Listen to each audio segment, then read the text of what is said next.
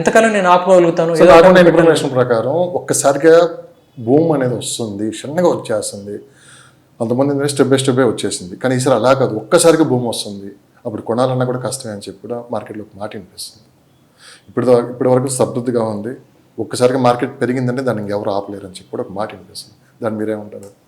ఇలాంటి జరిగిన సందర్భాలు చాలా ఉన్నాయి. ఎట్లా అంటే మీకు ఇందిరాగాంధీ రాజీవ్ గాంధీ ఎయిర్పోర్ట్కి సోనియా గాంధీ ఎప్పుడైతే ఫౌండేషన్ స్టోన్ వేసిందో అసలు ఓవర్ నైట్గా అంత గేమ్ చేంజ్ అయిపోయింది. అట్లానే మీకు తెలంగాణ సపరేట్ అయిన తర్వాత ఓవర్ నైట్ గేమ్ చేంజ్ అయిపోయింది. ఇక్కడ ఉన్న వాళ్ళందరూ ఆల్మోస్ట్ బెంగళూరులో 800 crores అదనంగా బిజినెస్ జరిగింది రియల్ ఎస్టేట్లో. సో ఇలాంటివి ఏదైనా సడన్ చేంజెస్ వచ్చినప్పుడు మాత్రం డ్రాస్టిక్ ఇంప్లిమెంటేషన్ అయితే ఖచ్చితంగా అవుతాయి. ఇప్పుడు ఏంటంటే రియల్ ఎస్టేట్కి ఆల్రెడీ అలవాటు లేని వాళ్ళు కూడా అలవాటు పడి ఉన్నారు. 2020 తర్వాత రియల్ ఎస్టేట్కి అలవాటు లేని వాళ్ళు కొత్తగా ఇన్వెస్ట్ చేసేసి 18-19లో ఇన్వెస్ట్ చేసేసి బాగా 2 రెట్లు 3 రెట్లుగా పెరిగి బాగా అలవాటు పడిపోయి రియల్ ఎస్టేట్ గురించి వెయిట్ చేస్తున్న వాళ్ళు చాలామంది ఉన్నారు. అట్లానే ఎప్పటి నుంచో రియల్ ఎస్టేట్ని నమ్ముకుని బ్రతుకుతున్న వాళ్ళు నాలాంటి వాళ్ళు కూడా చాలామంది ఉన్నారు. హ్యావ్ బీన్ వెయిటింగ్ అనమాట. జనాల దగ్గర ఇప్పుడు రిసెషన్ లాంటిది వచ్చింది అనుకోండి, జాబ్స్ పోతున్నాయి, జాబ్స్ లేవు, ఇలాంటి ప్రాబ్లం వచ్చినప్పుడు ఏంటంటే మనకు భయం ఉంటుంది. సో నేను అక్కడికే వస్తున్నాను. నా పాయింట్ ఏంటంటే మీరు ఇందాక ఒక మాట చెప్పారు, ఎన్ఆర్ఐ మార్కెట్ 1,10,000 కోట్లు అండి అబో ఒక్క హైదరాబాద్లో. సార్ టోటల్ మార్కెట్ మొత్తం మార్కెట్ వాల్యూ ఎంత ఉంటుంది సార్ ఒక Hyderabad real estate market value? ఈ ఎన్ఆర్ఐది నేను 30% అన్నాను కదా, ఇంక 70% అది వేసుకోండి. అంటే ఇది 1,00,000 అయితే 7 లక్షలు ఉంటుంది. అంటే 7 లక్షల కోట్ల రూపాయల మార్కెట్ ఒక్క హైదరాబాద్లోనే రియల్ ఎస్టేట్ మార్కెట్. ఇది నిజమా సార్? నిజమే. హైదరాబాద్ ఇక్కడ ఏంటంటే అఫీషియల్ గణాంకాలు ఏంటంటే మనం ఇప్పుడు సింపుల్ అండి, అఫీషియల్ గణాంకాలు ఎలా చెప్తాయి? నేను ఒక ల్యాండ్ రిజిస్ట్రేషన్ చేసుకున్నాను, సపోజ్ గవర్నమెంట్ వాల్యూ అది ఒక 30 లక్షలు 20 లక్షలు ఉంటుంది, బయట వాల్యూ 2-3 కోట్లు ఉంటుంది. సో ఇప్పుడు 2 కోట్ల వాల్యూ జరిగిందని దాన్ని కన్సిడర్ చేయాలా, గవర్నమెంట్ వాల్యూ కన్సిడర్ చేయాలా? యాక్చువల్గా బయట వాల్యూనే కన్సిడర్ చేస్తారు. సో ఆ రకంగా తీసుకుంటే that is what going on business. 7 లక్షల కోట్ల రూపాయల మార్కెట్ ఒక హైదరాబాద్లోనే. దట్ ఈస్ వాట్ మీరు చూడండి Times of India recent reports, then you will come to know అనమాట. ఎస్, మీరు పర్టికులర్గా ఎన్ఆర్ఐ మార్కెట్ గురించి మాట్లాడారు కాబట్టి ఒక 4-5 నాకు డౌట్స్ కూడా ఉన్నాయి. ప్లీజ్ చెప్పండి. ట్రంప్ వచ్చిన తర్వాత ప్రపంచం మొత్తం ఇప్పుడు ఒక ఆందోళన గురవుతుంది. ట్రంప్ తీసుకున్న నిర్ణయాలపై కావచ్చు, ఆయన ఆర్థిక పరంగా సుంకాలు విధించడం కావచ్చు, అన్ని దేశాలపై కూడా ఎఫెక్ట్ చూపిస్తుంది. పర్టికులర్గా మొన్న నేను చూశాను 35% మనకు కూడా 25%, 30% మనకు కూడా సుంకాల్లో విధించడం కూడా జరిగింది. ఆ సుంకాలు పక్కన పెడితే సార్, ఇప్పుడు ఎవరైతే అమెరికా వెళ్ళి సెటిల్ అయ్యి అక్కడ వచ్చిన డబ్బుని తీసుకుని వచ్చి ఇక్కడ ఇన్వెస్ట్ చేసి కాస్త ఎంతో కొంత మీరు అన్నారు 1,10,000 కోట్ల రూపాయలు అంత డబ్బు ఇక్కడికి వచ్చి ఇక్కడ రొటేషన్ జరుగుతూ ఉండేది. ట్రంప్ వచ్చిన తర్వాత ఈ మార్కెట్ కాస్త డల్ అయిపోయింది. ఎందుకంటే ఆయన తీసుకున్న నిర్ణయాలు ఇల్లీగల్గా ఎవరైతే ఉంటున్నారో వాళ్ళందరినీ వెనక్కి పంపించేస్తారని చెప్పి కూడా చెప్పారు. ఇది జాబ్ సంబంధించి సెక్యూరిటీ పరంగా చూసుకున్నామంటే చాలామంది ఆందోళన గురవుతున్నారు. ఇది రియల్ ఎస్టేట్పై పర్టికులర్గా హైదరాబాద్ రియల్ ఎస్టేట్పై ఎంతవరకు ప్రభావం ఉండే అవకాశం ఉంది? దేశం మొత్తం మీ లెక్కలేస్తే చాలా ఉంటాయి, నాకు కావాల్సిన ఓన్లీ హైదరాబాద్ అండ్ 2 తెలుగు రాష్ట్రాల మార్కెట్పై ఎంతవరకు ప్రభావం? మీరు ఎప్పుడైనా ఎన్ఆర్ఐ మార్కెట్ అమెరికా గురించి మాట్లాడినప్పుడు హైదరాబాద్లో ఇన్వెస్ట్మెంట్ గురించి మాట్లాడితే సగం ఇండియా గురించి మాట్లాడినట్టే. ఎందుకంటే ఎక్కువగా నిజమేనా? అంతే, true. Because most of the people who are working in IT employees, 50% of the population is only from Telugu states. There is no doubt about it. Okay. So ఇవి కూడా కొన్ని సిటీస్ ఉన్నాయి, లైక్ డాలస్ కానీ, Austin కానీ, Houston కానీ, California కానీ, Seattle కానీ, ఇట్లా కొన్ని ఏరియాలు ఉన్నాయి తెలుగు వాళ్ళ గడ్డ అనమాట. సో వీళ్ళ గురించి మాట్లాడామంటే 50% మనం దీని గురించి డిస్కస్ చేసినట్టే. అయితే ట్రంప్కి సంబంధించిన మనం ఒక దాన్ని యాక్సెప్ట్ చేయాలి.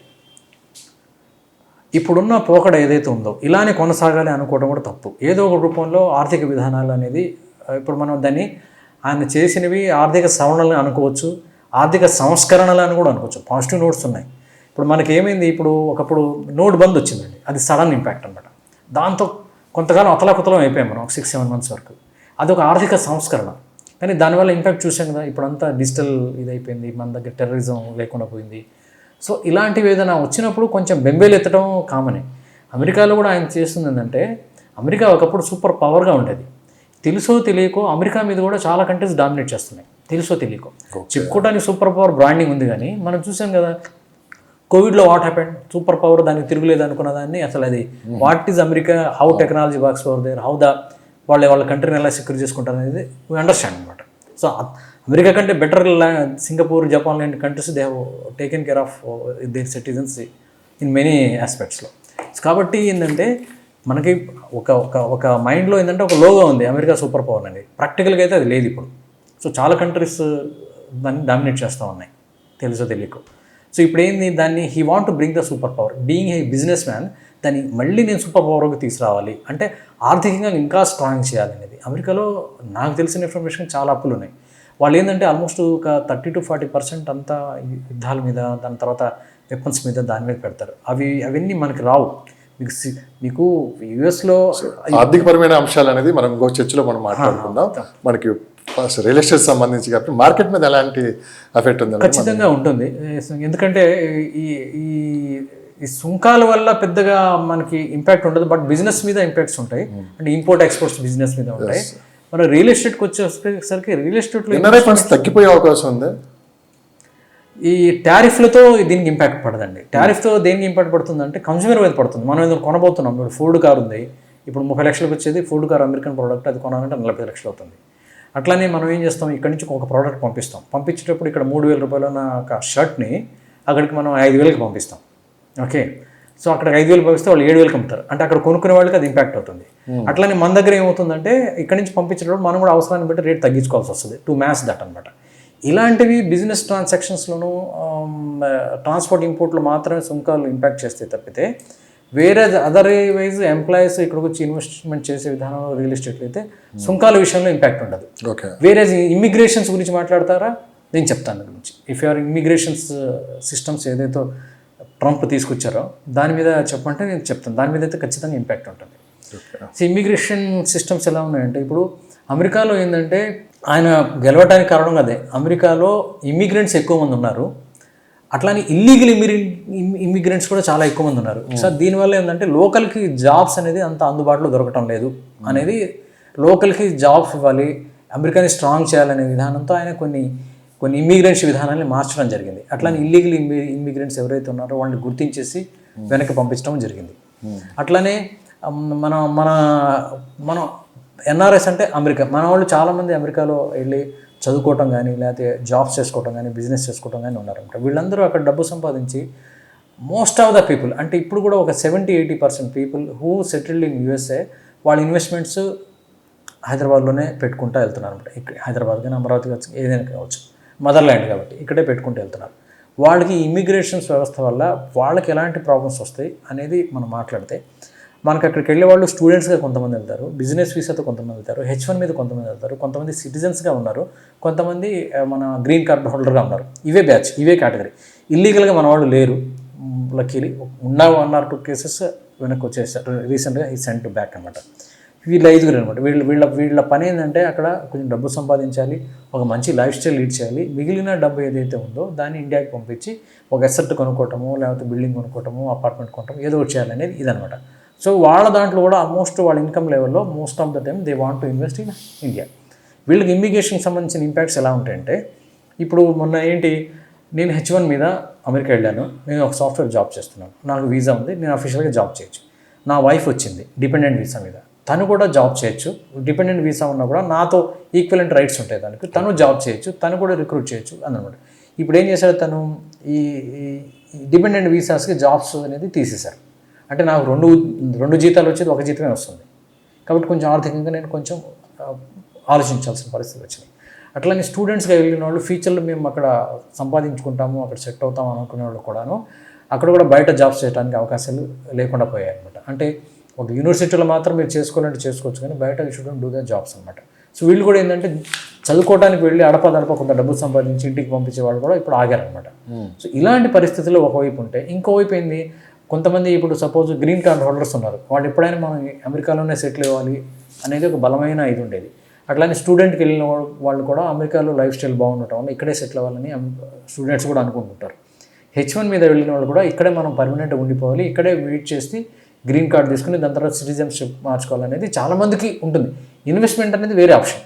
సో ఇదే ఈ క్రమంలో ఇన్వెస్ట్మెంట్ కూడా డబ్బు వచ్చి ఎక్కువ డబ్బు ఏదైతే ఉంటుందో అమెరికాలో మీకు you don't get much options అనమాట. ఇన్వెస్ట్మెంట్ చేయడానికి పెద్దగా ఆప్షన్స్ ఉండవు ఇక్కడలాగా రియల్ ఎస్టేట్ అలాగా. సో ఇలాంటి పరిస్థితులు ఏంటంటే ఒకటేమో నెగిటివ్ మార్క్ వచ్చేసరికి అరే జాబ్స్ కోల్పోతున్నాము, మనం ఇక్కడ మనుగడ ఎలా ఉంటుంది, మన దగ్గర డబ్బు ఉంటుందా లేదా అనేది ఒక భయం ఉన్నా, ఇది 30% ఉన్నా 70% ఈ ఆలోచన నుంచి ఒక్కొక్కళ్ళు బయటకు వస్తున్నారు. ఎట్లాగా స్టూడెంట్ వెళ్ళాడు, నేను చదవడానికి వెళ్ళాను, ఇక్కడే సెట్ అవ్వాలనుకున్నాను, ఇక్కడ ఈ విధానాలు ఇమ్మిగ్రేషన్ విధానాలు చూసి ఇక్కడ మన మనుగడ చాలా కష్టం, సో మనం బేస్ చేసుకుంటే ఇండియానే బేస్ చేసుకోవాలి, so we need to come back to the India and settle there అనేది స్టూడెంట్స్ దగ్గర నుంచి కానీ H1 వీసా హోల్డర్స్ దగ్గర నుంచి కానీ, అలానే మీకు చెప్పాను కదా మన green card holders, green card వాళ్ళు ఎప్పుడు they keep on waiting for the సిటిజన్గా మారడానికి అప్గ్రేషన్ వస్తుంది వెయిట్ చేసేవాళ్ళు. వీళ్ళలో కంప్లీట్గా ఆలోచన విధానం మారిపోయిన తర్వాత వాళ్ళు ఏంటంటే ఫస్ట్ దే ఆర్ థింకింగ్ మనం ఎప్పుడైనా మదర్ల్యాండ్కి వెళ్ళాలి, అక్కడే చక్కగా ఇల్లు కొనుక్కోవాలి, అక్కడే ఉండిపోవాలి అనేది ఒక ఆలోచన పెరిగింది అనమాట. జనరల్గా ఎన్ఆర్ఎస్ యూఎస్ ఎందుకు వెళ్తారు అంటే ఒక మంచి లైఫ్ స్టైల్ ఉంటుంది, ఒక ఈజీ లైఫ్ ఉంటుంది, బాగా డబ్బు సంపాదించుకోవచ్చు, ఇవి ఉంటాయి అన్నమాట. ఇప్పుడు ఒక మంచి లైఫ్ స్టైల్ గురించి ఇప్పుడు రియల్ ఎస్టేట్లో ఉన్న ఇక్కడ చాలామంది కంపెనీస్ మంచి మంచి లైఫ్ స్టైల్ని అందిస్తున్నాయి, అట్లానే మంచి ప్రైస్కే ఇస్తున్నాయి, అట్లానే మంచి లైఫ్ స్టైల్ దొరుకుతుంది, ఇక్కడ కూడా ఇన్కమ్ లెవెల్స్ పెరుగుతూ ఉన్నాయి. అంటే దీన్ని బట్టి మీరు అనేది ఎన్ఆర్ఐ మార్కెట్ పెరిగే అవకాశం ఉంది, ఖచ్చితంగా ఉంది.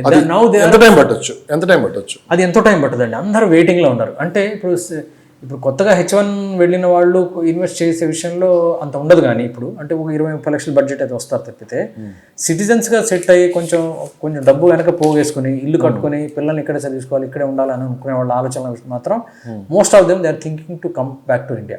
అలాంటి వాళ్ళు ముందు చూసేది ఏంటి, అరే నేను ఇండియా వస్తే ఏదో నా ఊర్లో ఒక చిన్న ఇల్లు ఉంది, అది కాదు, నేను ఇండియా వస్తే ఎక్కడ ఉండాలి, which is the best city. Of course Hyderabad is the best city. ఇది ఒక స్టడీ అనమాట.